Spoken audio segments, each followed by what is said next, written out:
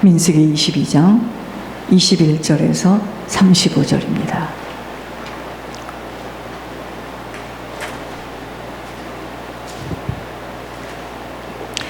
발람이 아침에 일어나서 자기 나귀의 안장을 지우고 모압 고관들과 함께 가니 그가 감으로 말미암아 하나님이 진노하심으로 여호와의 사자가 그를 막으려고 길에 서니라.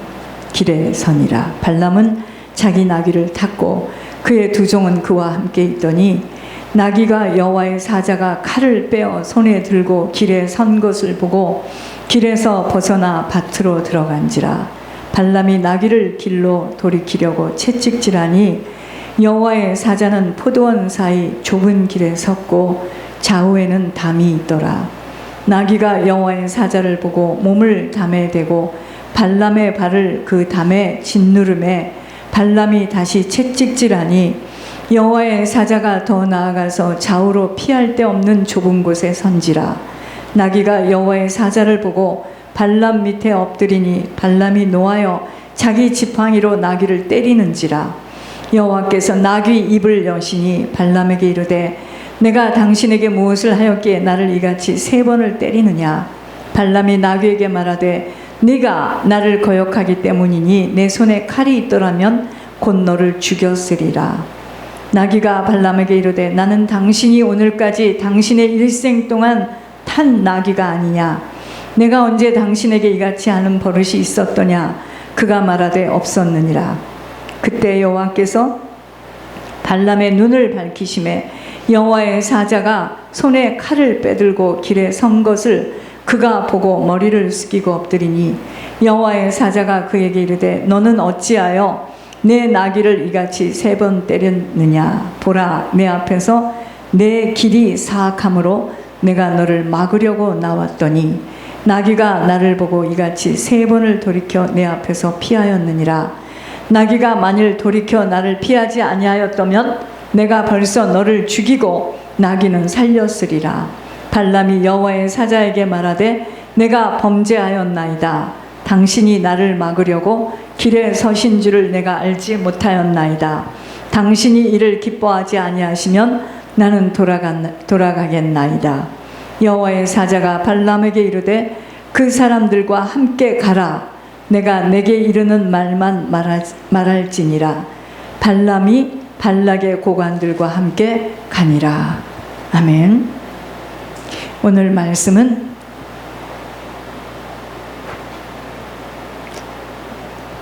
굉장히 깊이 있는 말씀이기 때문에 졸지 마시고 잘 들으셔야 됩니다.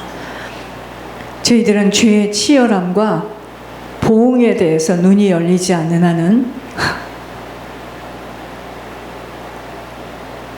하나님인지 뭔지 그냥 핥히고 때리고 악을 지르게 되는 겁니다.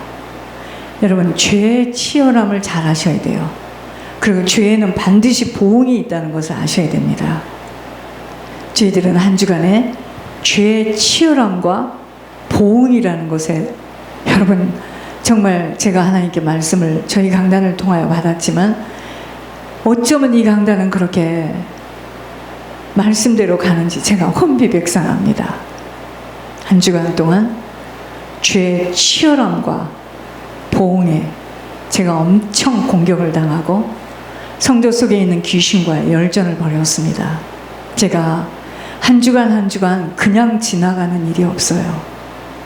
왜 그러느냐면 여기는 천국이 열린 곳이에요.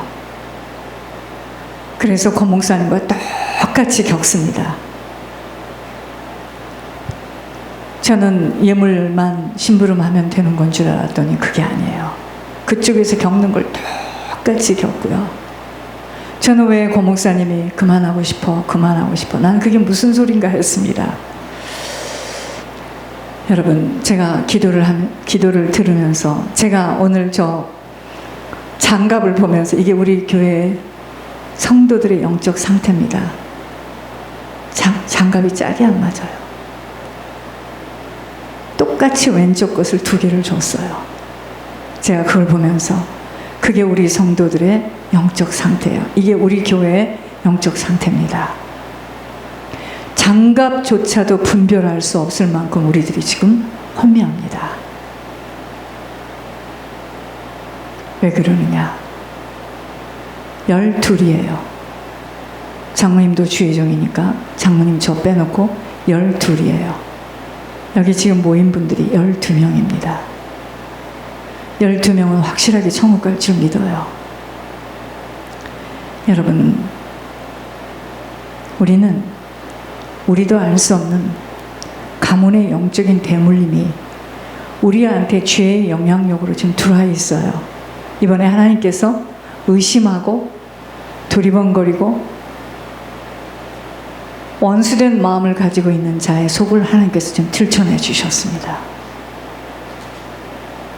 여러분, 똥은 똥일 수밖에 없어요. 그걸 왜 똥이었느냐고 울면 안 됩니다.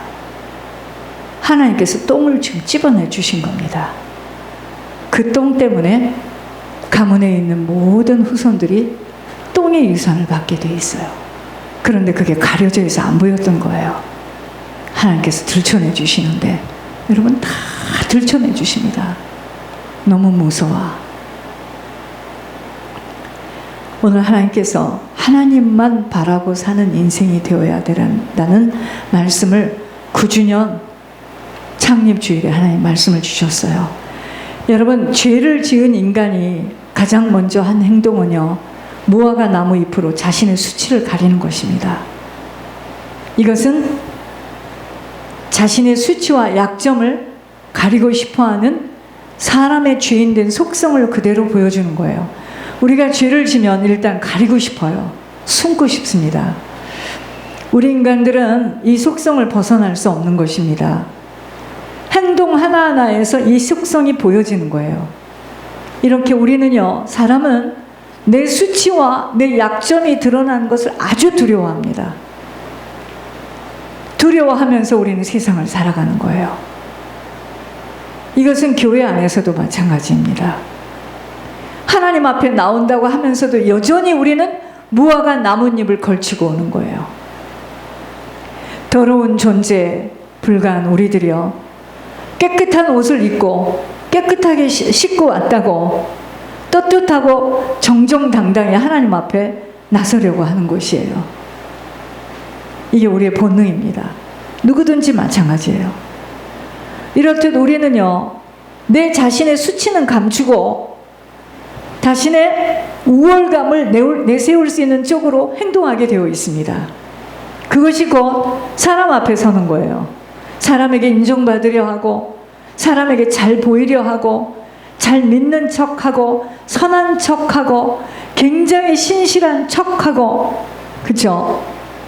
그러나 사람들 앞에서는 착한 사람으로, 위대한 사람으로 인정받으려 하고, 하나님 앞에서는 죄인이 아니라 의인으로 나서보려고 하는 것이 곧 하나님을 바라보고 있지 않다는 증거입니다.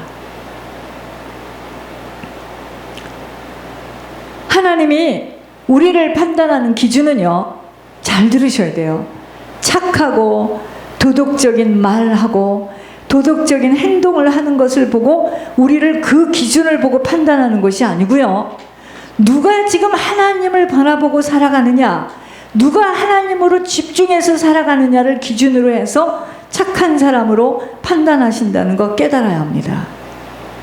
그러니까 우리는요, 속은 지금 쓰레기로 가득하고 고름으로 가득하고 똥으로 가득한데 남의 죄를 가지고 그게 잘 보여요. 그 사람이 그랬대더라, 그 사람이 하이스쿨 때 그랬대더라, 중학교 때 그랬대더라, 온 동네에서 그랬대더라. 이게 바로요, 하나님은 그걸 보고 얘기하는 게 아니에요.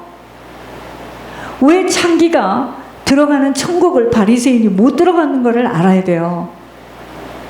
그래서 하나님께서는 우리 속에 있는 죄를 자꾸 집어내시는 겁니다. 선한 척, 착한 척, 잘 믿는 척, 직분을 가졌고 오랫동안 다녔기 때문에, 입을 다물고 있기 때문에 굉장히 신실한 척 아니라는 거예요, 하나님이. 그걸 이번에 하나님께서 다 들춰내시는 겁니다. 의심하고, 이게 잘못된 길 아니야? 그런데 앉아 있는 거예요. 그걸 하나님께서 다 집어내십니다. 여러분, 그것을 하나님이 왜 그러는지를 모른다면 그분도 지금 혼미한 상태입니다. 사람 속에 있는 것을 사람 외에, 그 본인 외에, 본인도 다 몰라요. 여러분, 우리가 무의식 쪽에서 생각하는 거 압니까? 마취를 했는데 마취한 상태에서 의사가 나를 수술하는 걸 아세요? 죽여놓고 하죠. 그러니까 하나님께서 나를 지금 죽이시고 내 속에 있는 악한 거, 고름을 지금 끄집어 내려고 하는데 안 죽었대요. 펄펄 뜁니다. 그러니까 그는 어떡하죠? 사장이 되는 거예요. 죽어야 수술을 받는데, 그쵸? 안 죽겠다는 거예요. 굉장히 악한 사람이죠. 왜? 그 속에 있는 지금 악이 고개를 막 드는 거예요. 나는 안 죽었어. 감히 나에게 그렇게 말을 해? 하나님께서는 그를 지금 죽이시고 수술대에 올려놓으시고 그 속에 있는 그 악을 지금 끄집어내겠다는데 막 펄쩍펄쩍 뛰고 이런, 여러분, 이것을 하나님께서는 악한 사람이라고 하시는 거예요. 착한 말을 하고 착한 행동을 하고 가면을 쓰고 앉아있는 것이 착한 것이 아니에요. 그러므로 바리새인들이 속은 더러우면서도 겉모습은 착한 척, 선한 척 하는 것을 독사의 자식이라고 진단하시면서 어떠한 살인과 음란과 창기의 짓을 했어도 제단불을 붙들고 살려달라며 아버지를 바라보는 자들에게 착한 사람으로 판단하시는 것입니다. 이제 알았습니까? 착한 게 뭔지 알아야 돼요. 만약 세상에서 가장 윤리적이고 도덕적인 사람이라고 할지라도 그가 하나님 바라보고 사는 것이 아니라면 하나님은 그를 짐승보다 못한 자로 취급해 버릴 것입니다. 이것을 지금 오늘 말해주는 것이 본문 이야기예요. 하나님을 바라보고 사는 자가 아니면은 하나님은 그를 짐승보다 못한 자로 취급해 버릴 것입니다. 이걸 설명하기 위해서 오늘 본문이 나온 건데요. 오늘 본문에는 나귀와 발람이라는 인간이 등장해서 하나님이 기뻐하시는 인간이라는 것은 어떠한 것인가를 보여주는 것입니다. 즉 나귀와 발람을 서로 비교함으로써 짐승보다 못한 인간에 대하여 고발하시는 한편 인간이 어떻게 살아야 할 것인가를 말씀해 주시고 있는 것입니다. 21절에 발람이 나귀를 타고 모압의 관원들과 함께 모압으로 향하게 됩니다. 발람이 왜 모압을 가게 되는가는 민수기 22장 전체를 보면 이걸 다 읽을 수가 없었기 때문에 모압 왕이 발락이에요. 이 발락이 이스라엘을 두려워한 나머지 발락에게 사람을 보내서, 사자를 보내서 이스라엘 좀 저주해달라고 요청을 합니다. 그때 발람은 모압의 사자들에게 나는 하나님이 시키는 대로 할 뿐이라고 했고, 하나님은 발람에게 나타나서 너는 그 모압의 사자들과 함께 가지도 말고 그 백성을 저주하지도 마라. 왜? 이스라엘 그들은 복을 받은 자들이니라고 말씀하셨습니다. 12절에 발람은 그 말씀대로 모압 귀족을 따라가지 않았습니다. 이때까지 발람은 하나님을 두려워하는 모습을 잘 보여주고 있어요. 그런데 15절에 보니까 발람에게서 뭔가 다른 모습을 보게 됩니다. 그것은 집에 가서 찾아보시고 말씀을 잘 들어보세요. 모압 왕 발락은 발람이 오기를 거절했음에도 불구하고 자, 이스라엘 좀 저주해달라고 사자를 보내서 발람을 초청하는데 하나님이 가지 말라고 하니까 오기를 거절했음에도 불구하고 포기하지 않고 이 발락이라는 왕이 앞서 보냈던 귀족보다 더 높은 귀족들을 더 많이 보내서 와달라는 요청을 합니다. 더 높은 귀족을 보냈다는 것은 발람을 그만큼 대우했다라는 뜻이에요. 그리고 발람을 크게 존귀하게 만들어주고 발람이 요청하는 것은 무엇이든지 다 들어줄 테니까 이스라엘 좀 저주해달라고 요청을 합니다. 이 요청에 발람은 18절 19절에 보니까 그 집에 가득한 은금을 내게 줄지라도 내가 능히 여호와 내 하나님의 말씀을 어겨 덜하거나 더하거나 못하겠노라. 그런즉 이제 너희도 이 밤에 여기서 유숙하라. 거기까지는 좋아요. 여호와께서 내게 무슨 말씀을 하실는지 알아보리라. 아니 안 가면 안 가는 거지 뭘 또 다시 또 물어봐요. 그리고 하나님은 모압의 사신들과 함께 물어보니까 이번에는 또 길을 가라고 말씀하십니다. 우리는 이 말을 보면 발람은 여전히 하나님의 말씀대로 움직이려는 믿음을 보여주고 있다고 생각하기 쉬워요.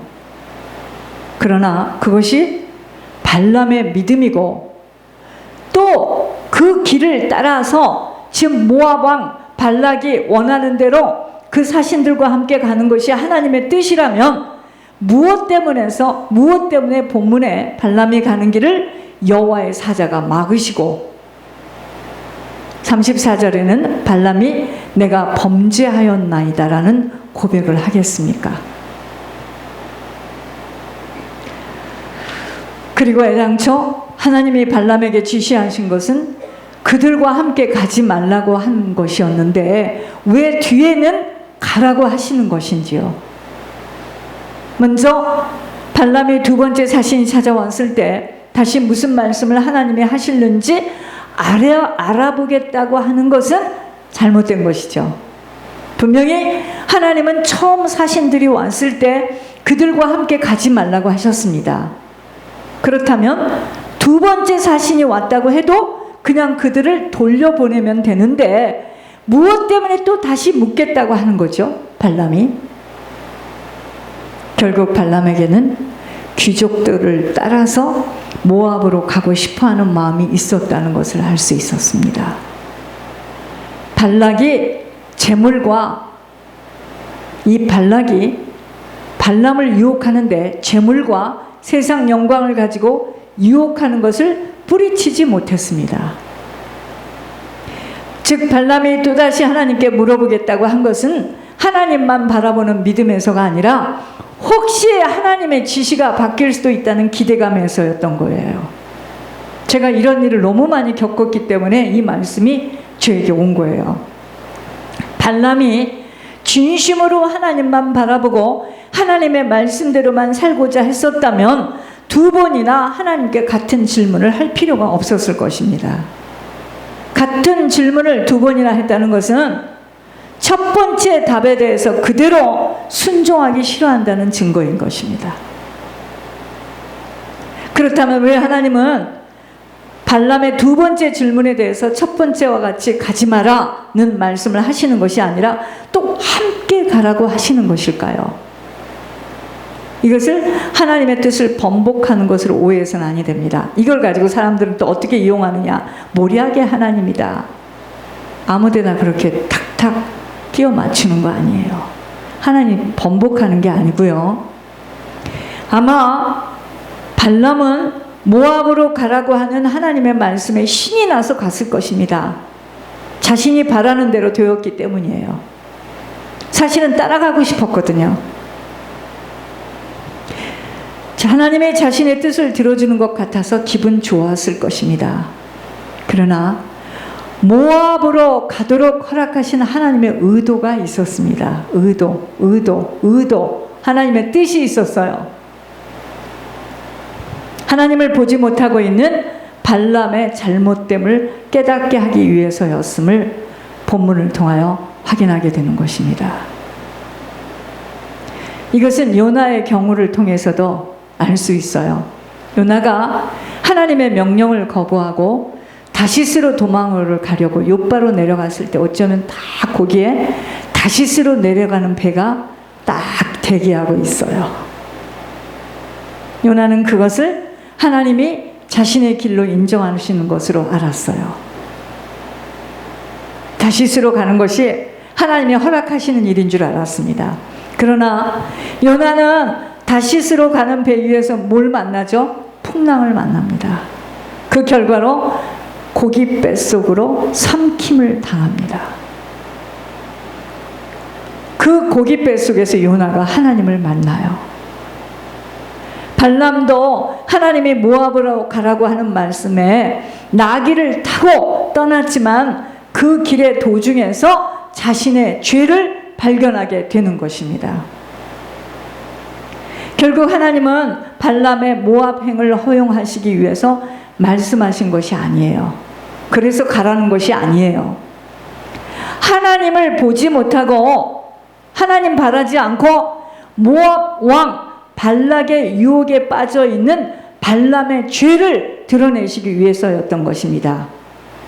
그리고 하나님은 그 발람의 죄를 드러내시기 위해서 뭘 이용하세요? 나귀.